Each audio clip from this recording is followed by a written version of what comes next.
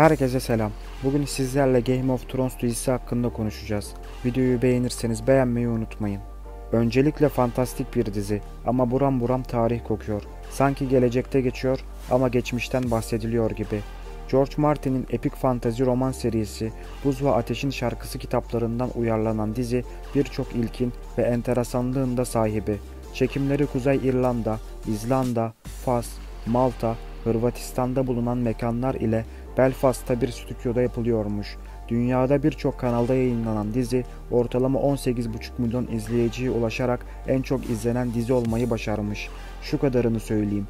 Bu dizi Yüzüklerin Efendisi üçlemesi lezzetinde.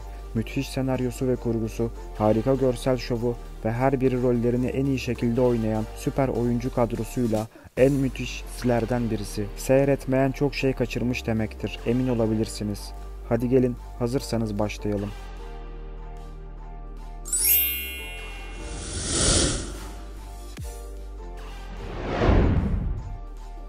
7 krallıktan bahsediyor. Ejderhalar yok edileli yüzyıllar olmuş. Westeros denilen bir dünya burası. Dönem dönem yazların kışlara oranla çok kısa sürdüğü ama bitmeyecek kadar uzun kışların da yaşandığı bir coğrafya. Krallık bir şehirden, demir tahttan idare ediliyor. Bölgelerde ise krala yemin ederek sadık yaşayan aileler, bu ailelerin başında lordlar ve yine lordlara yemin ederek sadık yaşayan halklar var. En köklü lordluk, yaşadıkları topraklar kadar soğuk ve sert yaratılışı olan Starklar.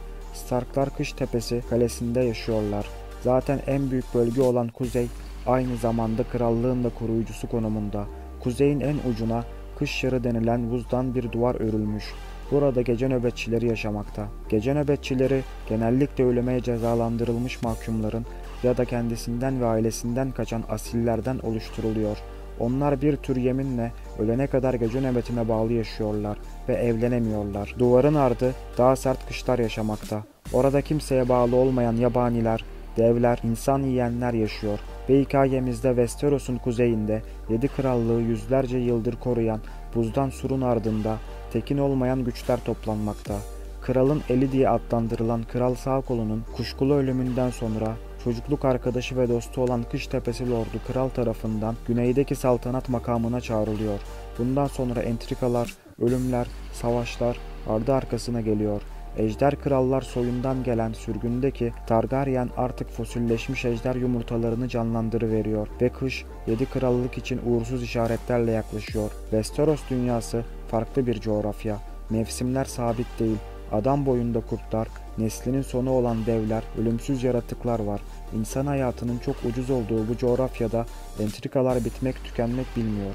Demir tahta bağlı onlarca lordluk, kralın hükmedemediği dar denizin kıyısında bulunan Essos toprakları, bir de kendilerini korudukları en kuzey bölge. Krallıkta yaşayan önemli 9 aile var.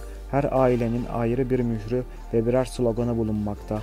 Onun kadar yüce, öfke bizimdir, biz tohum ekmeyiz, kükreyişimi dinle, boyun eğmez, eğilmez kırılmaz, kış geliyor, ateş ve kan, aile görev, onur, güçlenerek büyür gibi sloganlarla tanınan bu büyük aileler birbirleriyle de mücadele halindeler. Hepsi demir krallığa bağlı ve birçoğu kuzeydeki Stark lordluğuna tabi. Kuzey Westeros'un en büyük bölgesi, neredeyse diğer 6 krallığın tamamı kadar yüz ölçümü var.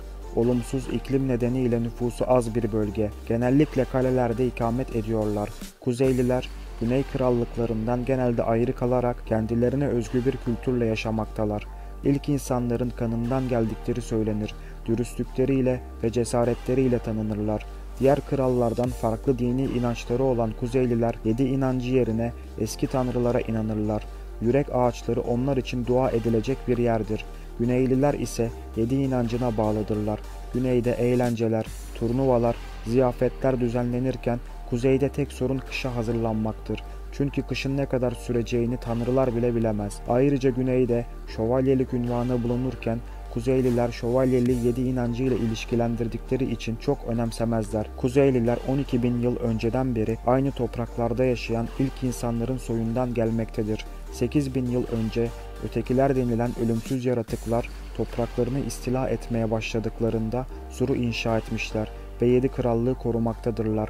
Dizinin birçok önemli karakteri Stark'lardandır. Stark'lara bağlı yaşayan yaklaşık 50 hane bulunmaktadır. Bu ailelerden 12'si soylu hanelerdir. Bu haneler Son Ocak Nehri'nin batısında, titreyen denize ardını dayamış Son Nehri gerisinden ormanda, Beyaz Liman'da, Buz Koyu içindeki Ayı Adası'nda, Dehşet Kalesi'nde, Bozsu Gözcüsü'nde yaşamaktadırlar.